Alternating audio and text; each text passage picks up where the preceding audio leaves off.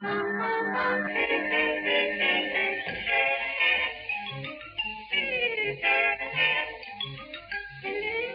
present Jimmy Clitheroe as the Clitheroe Kid, with Peter Sinclair, Patricia Burke, Leonard Williams, Danny Ross, and Dinah Day in...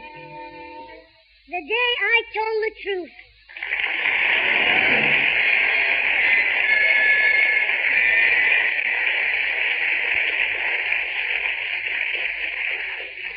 Aye, well, now then, Pat. Arsenal and Blackpool. Where are they in the league?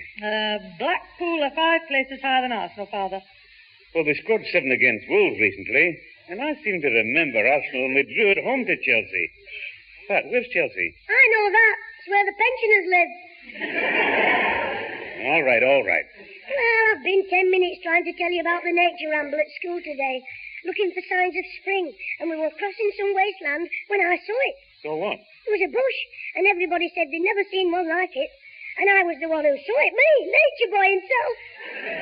That was very clever of you. Oh, I'm all there with me cough drops. All right, Jimmy, well, what was so unusual about this bush? Well, instead of having buds on it, it had slices of ham. Slices of ham on a bush? Yes, you've heard of an ambush, haven't you? I'll ambush you in a minute behind the kitchen door with me rolling pin. You and your fairy stories. It was only a joke. I thought I'd cheer you up before the rent man called. Oh, look, if I don't get my crippling finished, I'm going to miss the post. Grandad, what do you want to win £75,000 for? I'm quite happy living here. I don't want to live in a pub. Jimmy, now Alfie's in the front room. Go and annoy him. Oh, Grandad, I'd rather stop here and annoy you. Talk to you. But I don't want to be bothered with you. Now go away. Oh, all right. I'm going. And just keep out of mischief. Right, Mum. They've got no sense of humour. But Alfie's got one. He must have to go out with our Susan. I'll try one of my stories on him. Is that you, sweetheart? Yes, dearest. Oh, it's not Susan, it's you. Well, when you opened the door, I was poking the fire and I had my back to it. The door, not the fire, because the fireplace is this side and the door's that side, so I couldn't face the door and poke the fire at the same time. Well, I could, between my legs bent down, but I didn't because all the blood would have rushed to my head. Yes, there's nothing there to stop it. Ah, that's right. Oh, shut up. Look, you've come in tormenting me again, haven't you? Of course not, Alfie. I've come to tell you about the nature ramble at school today. Oh, I went on one of them once, but I got lost, and when it was nearly dark, I heard a rustling sound, and it was an owl on top of a signboard, so I climbed up, and it said, "Beware of the bull." Wasn't that funny? It was. Fancy an owl warning you about a bull. Yes, no. Look, it was written on the signboard. The owl never said anything at all. It didn't give a hoot. No. Yes. Oh, put a sock in it. Listen, Alfie. When we were on the nature ramble, we came to a pool, and there were some crows sitting round it. Some crows? Hello, Alfie, it's me. Hello, Susan. I knew it was you. I recognised you because of your crow's feet. Your footsteps. Did you really? Go on, Jimmy. You came to this pool, and these crows were sitting round it. You see, Alfie, they were all sitting round the pool drinking, and another crow was serving them with water. Hey, wait a minute. All these crows were sitting round drinking, and another crow was serving them? That's right. It was a crowbar. It was a crowbar. Jimmy Clitheroe, go away before I feed you to the vultures. Yes. Go and tell your silly stories somewhere else. All right, Scraggy Neck, I will go. I'll leave you alone in the love nest with the cuckoo. Poor old Alfie. He's not with it at all. I'll bet if there was a competition for daftness, Alfred would win first prize. Hello there, Ted. And here's the runner-up. Hello, Mr. Graythorpe. I didn't know you were here. Hey, where's Mum and Grandad? Mr. Sinclair's gone to post his pools, and your mother's upstairs looking for some account books for the Women's Guild. She's trying to find them. Well, perhaps she's left them in the gas oven. In the gas oven? Yes, you've heard of people cooking the books. Anyway, before she gets back, I'll tell you about the nature ramble at school this afternoon. Oh, you had a nature ramble? How delightful for you. Yes, we had a smashing time, but coming back, what do you think? We found a hairline in the road. Must have been knocked down by a car. Oh, dear, how terrible. Was the poor little... Was it? Mr. Craythorpe, you should have seen it. Lying there on its back, with its legs in the air. Oh, James, please don't. It's most distressing. Don't panic. I haven't told you the finish yet.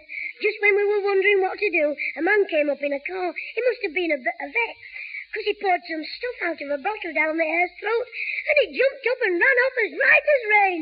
Well, that's remarkable, James.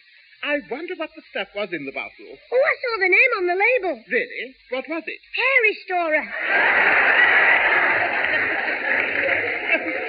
James Clitheroe, you little scamp. I can't find them upstairs, Theodore. You ought to be ashamed of yourself, getting me all worked up over that poor little animal. Theodore, what's the matter? James has been pulling my leg with a story about a nature ramble. He said... Theodore, if it's the one about the ambush, I've heard it. Now, look, Theodore, I can't find those guild accounts anywhere. My accountant's calling round here to see tonight. Then they must be at my house. The trouble is, I can't call back with them. I'm going to a meeting. Ma'am, if I go with Mr. Craythorpe in his car, I'll bring him back for you. Oh, all right, Jimmy. But don't go telling Mr. Craythorpe any more nonsense about your nature ramble. Nonsense. I'll tell you one thing. The teacher congratulated me when we were looking for the spotted blackwing. Oh, why was that? I was the one who spotted it.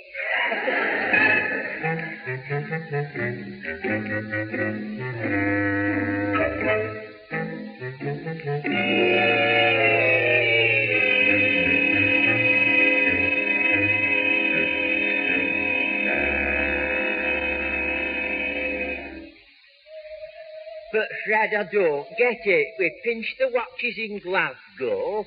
Why have we had to come all this way to hide? Cyril, as a crook, you're hopeless.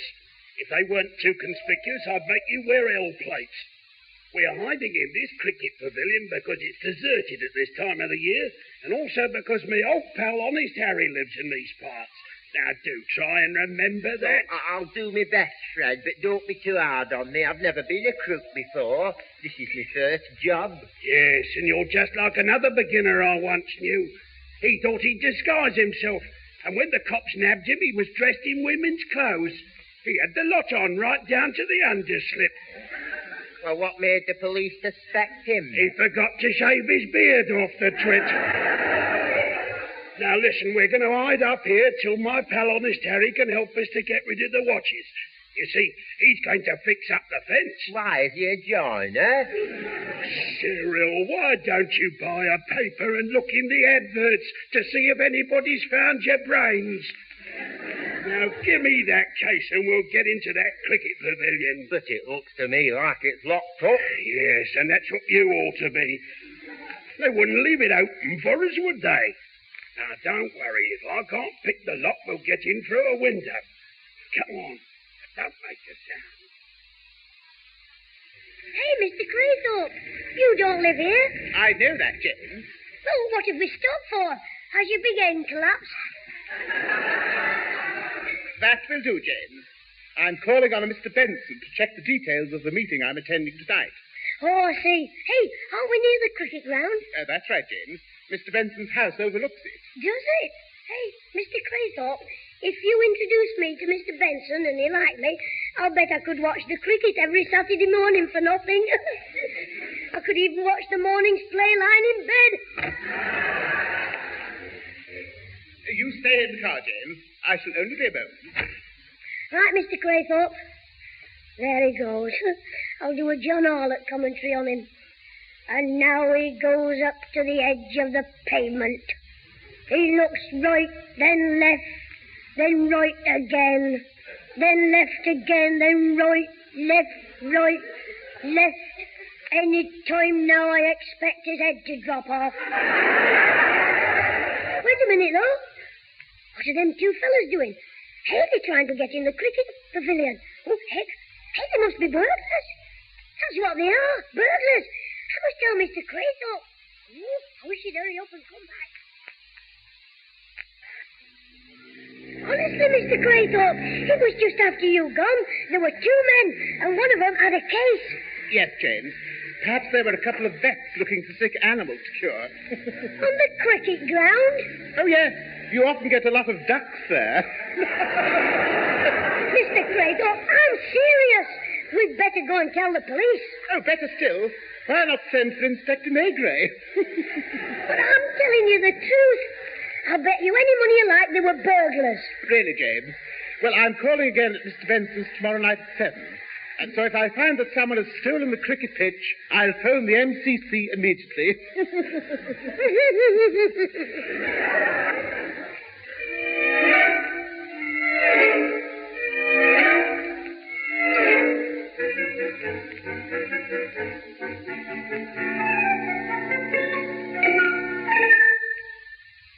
Jimmy, if you don't stop this nonsense, you'll go straight to bed. But, Mum, I'm telling the truth. I saw 2 men break in the cricket pavilion.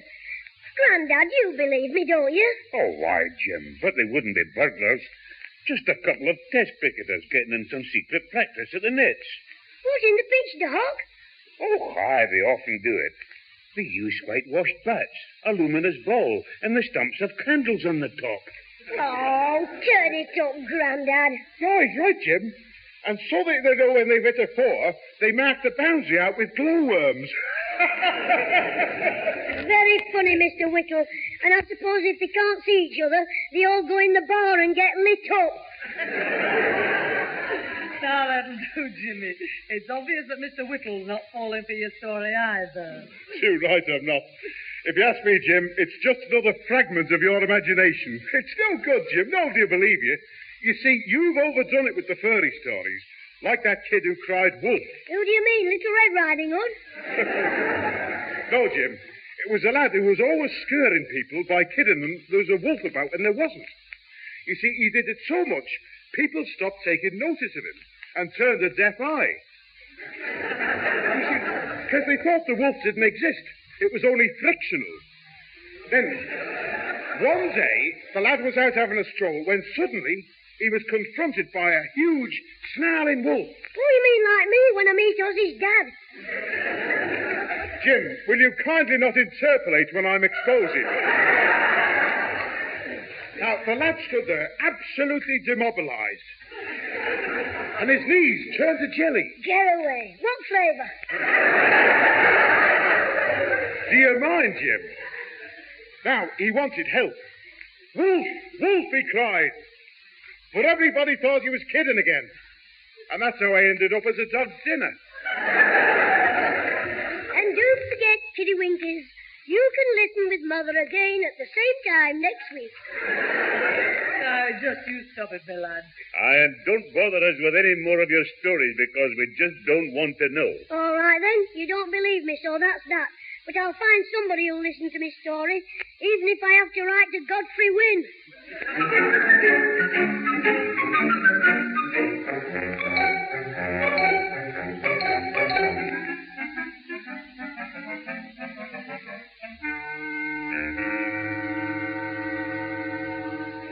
So you see, Sergeant, I thought it was my duty to come round to the police station and tell you. Yes, Sonny, but what you've said up to now just doesn't make sense, so let's start again. What's your name? Jimmy Clitheroe, Sergeant.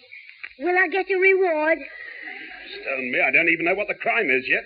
Hey, Sergeant, have I got to wait here all night? All right, Mr. Honest Harry, you just keep quiet.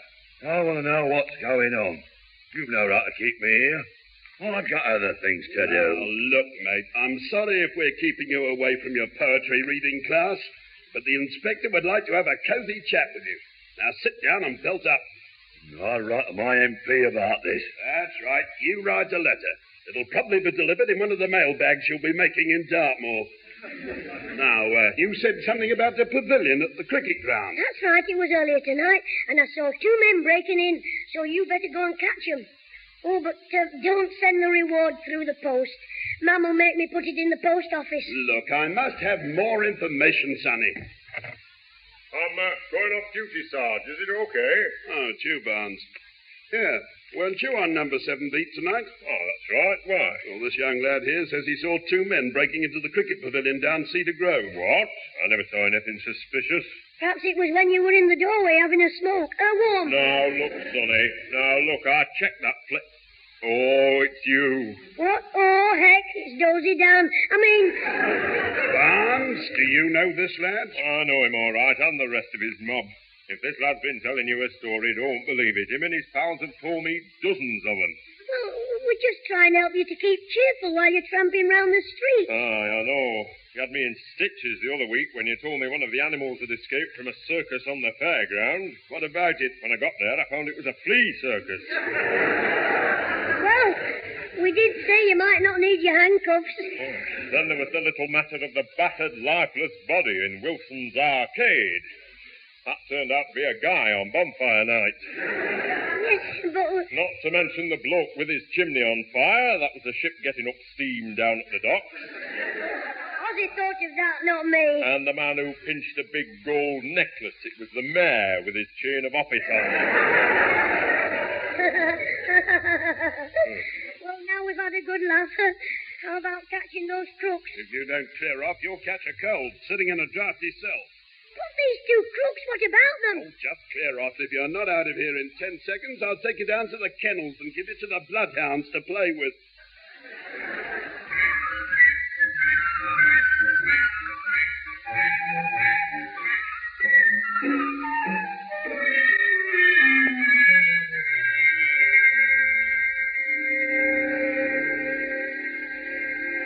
Yeah, but why have you waited 24 hours to tell us? Because I spent most of last night in the nick, and I wouldn't come to the cricket pavilion here in daylight. Well, go on then. What about this kid, Jimmy, what's his name? Jimmy Clitheroe, he said. Well, that's it. He told the sergeant that he saw you and Cyril breaking into this pavilion. But I've never met any Jimmy Clitheroe. How did he know my name? Oh, belt up. Harry means the kid said he saw two blokes breaking in. But, Harry, I can't understand why the dicks haven't been here. They wouldn't believe the kid. They reckon he's always making up yarns. Proper little liar. Yeah, but we'd better get out. Somebody might believe him. Yeah, that's what I thought. It's not safe here.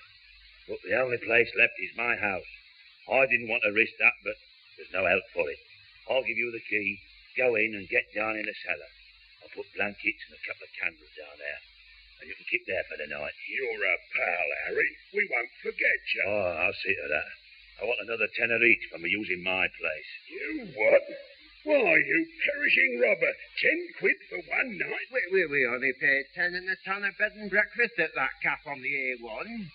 Ah, but I give you 2 eggs. Oh, well, that's it. Oh, funny boy. All right, give us the key. 20 nicker first, Joe. There you are, you old crook. Now give us the key and beat it. We'll get packed up and be there within an hour. Ta, Joe, lad. See you later. I'm always glad to help an old pal in trouble. Are you sure we're going the right way? Keep your eyes on the road, or you'll be going the right way to the hospital. Here we are. Pull up at this corner. But this isn't the tennis club, it's a cricket field.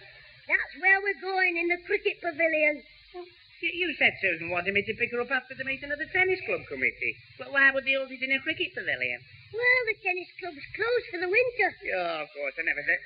Don't be daft, so's a cricket club. You're right, Alfie. Let's go and tell them. Now, wait a minute. You come back here. Stop shouting, they'll hear you. We don't want them to know that we're here yet. They're probably having a secret session. There's no lights on. They can't have a session in the dark. You and Susan have managed a few in half a room. Look, Alfie, I'll tell you the truth. Susan isn't here. This is the pavilion where I saw the two crooks breaking in. Oh, no, not that daft story you told Mr. Craythorpe about 2 burglars pinching the cricket pitch. You mean you dragged me out here to see your Susan on a wild duck chase? Wild goose hunt? I mean, chasing your bird? Yeah, chasing my wild bird, Susan. No! To see your Susan who's not here for 2 crooks who never were here, and there's nobody here. Well, we're here, even if you're not all there. Yeah? I mean, they were here, even if they're not here now. It's the truth, Alfie, honest. Are you sure? Cross me heart and hope to die. Spit me death. You're not in my eye. Sorry, Alfie. If we search the pavilion, we might get some evidence. Well, it would be nice to find a clue. Of course. It'd be the first time you've ever had a clue, wouldn't it? Oh, yes. You what? Come on, let's see if we can get through a window like they did.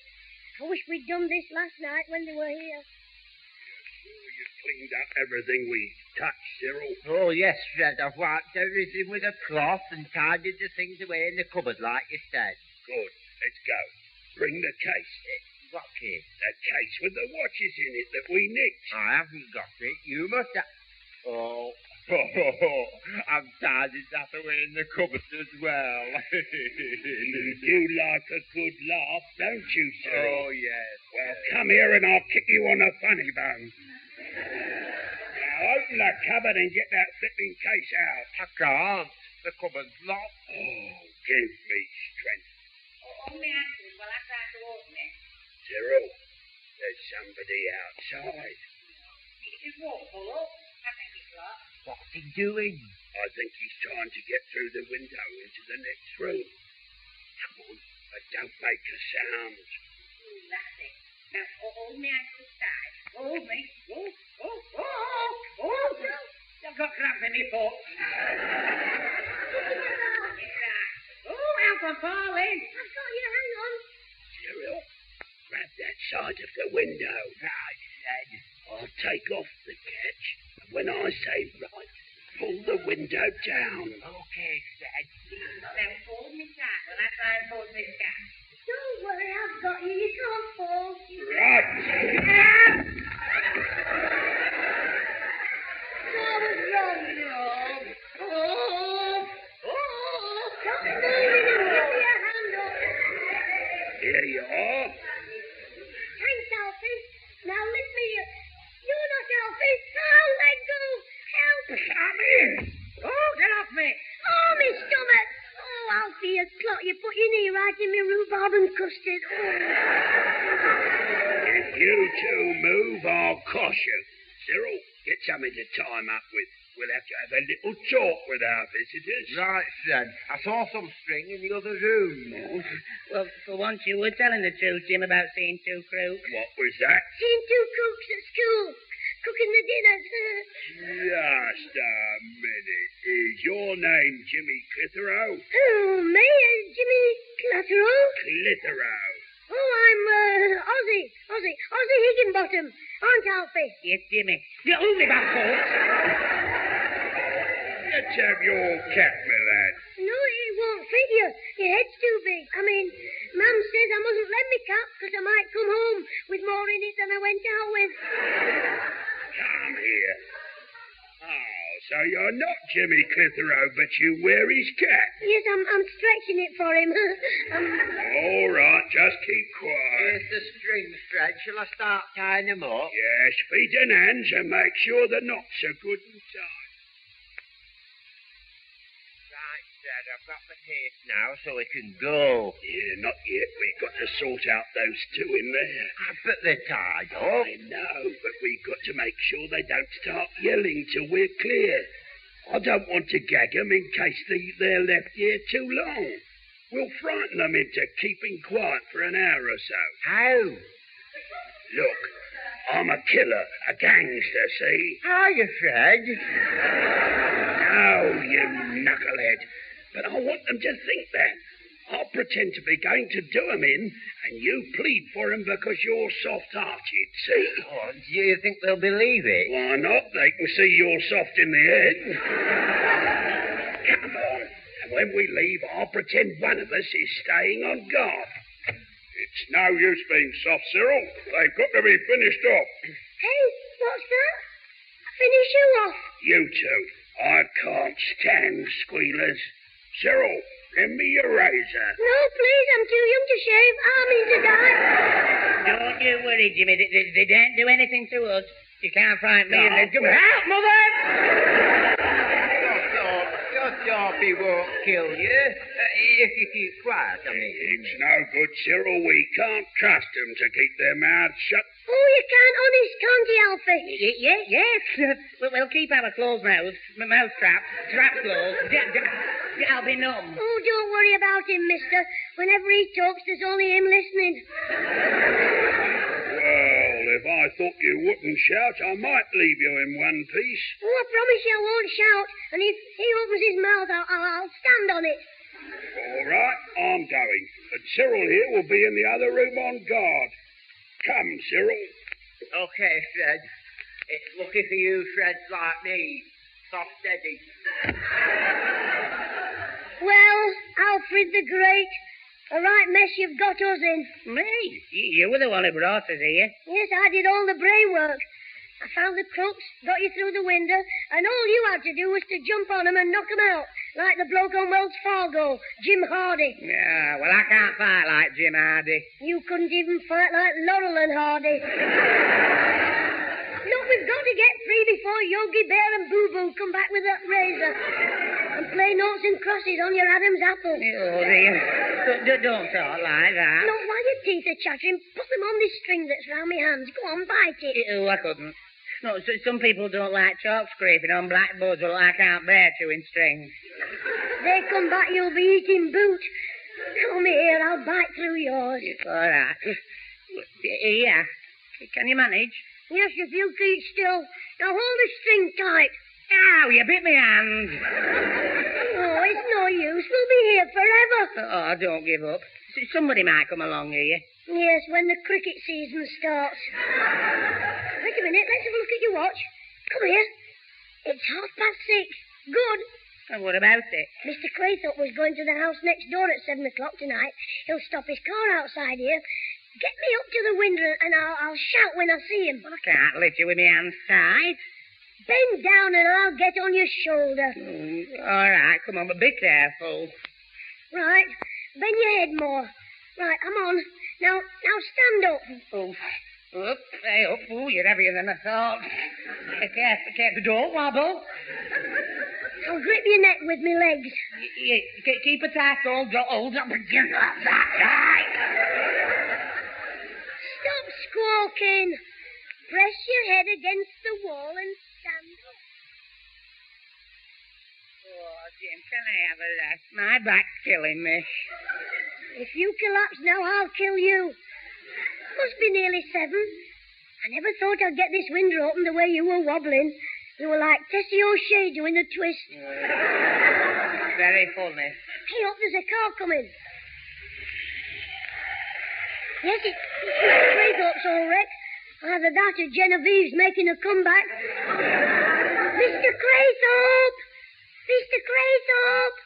Hey, Sterling Moss! Hey, is that you calling? Where are you? In the pavilion. Here, at the window. What are you doing there? Oiling me back, you daft-looking. Come here and get me out. Are you locked in?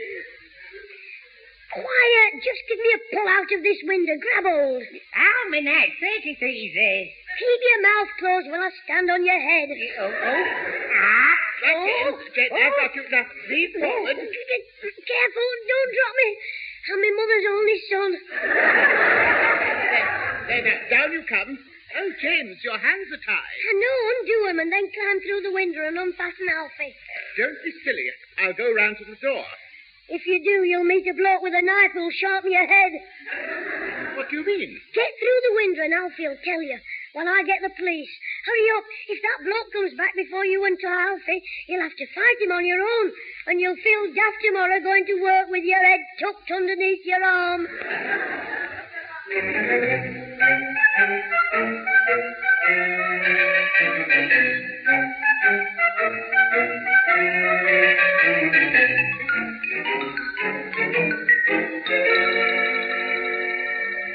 Well, Sonny, they've caught the crooks, thanks to you. Oh, did they get them both? Yes, Constable Barnes is bringing them over now. I wish you'd have let me go back with you. I could have sat on Fred's head. No, I was warned to bring you straight here to the station. Shall I bring these knaves in, Sarge? Wheel them in. Right, got on you two villains, and stop complaining we caught you red-handed. I'd like to my MP to have the blog. It's an outrage. I want to see my solicitor. And I want to see my mother. Oh, no, Dozy Dan's done it again. What's that? You've done it. I mean, you've caught the two toughest gangsters in the world, Alfie Capone and Babyface Craythorpe. The terrors of America. The killers who made Charlie Chan turn yellow.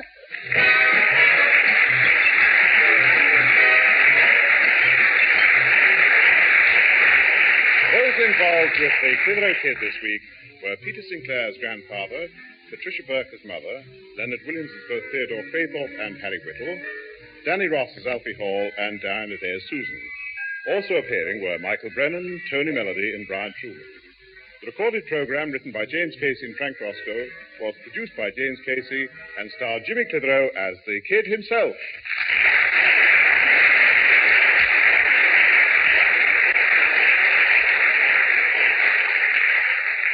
I thought you'd like to know the police caught the real crooks. They went to see Honest Harry about something and caught the three of them playing bingo. Cyril was annoyed. He was waiting for legs 11 on his top line, but instead he got